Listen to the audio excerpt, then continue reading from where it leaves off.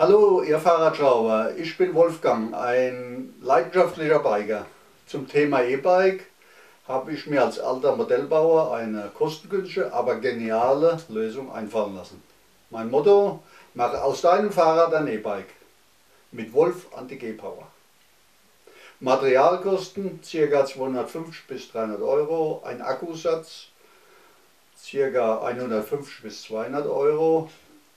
Die Reichweite 20 bis 40 Kilometer, je nach Gelände und Geschwindigkeit.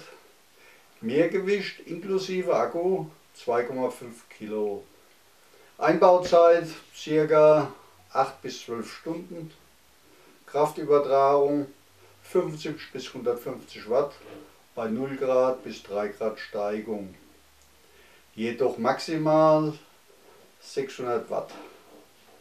Minimalgeschwindigkeit 10 und Maximalgeschwindigkeit 40 Stundenkilometer.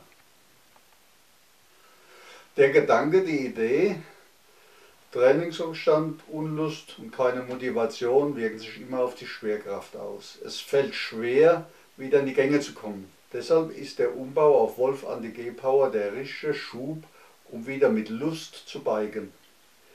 Dies soll jedoch keine Konkurrenz zu den teuren und schweren Pedelecs aus dem Fachhandel sein, sondern nur ein kleines Kraftpaket, um das Training mit deinem geliebten Fahrrad zu erleichtern. Willst du mehr darüber wissen?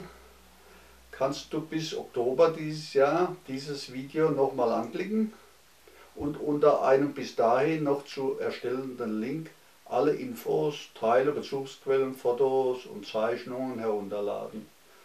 Tschüss, bis dann, euer Wolfgang Anti-G-Power Biker.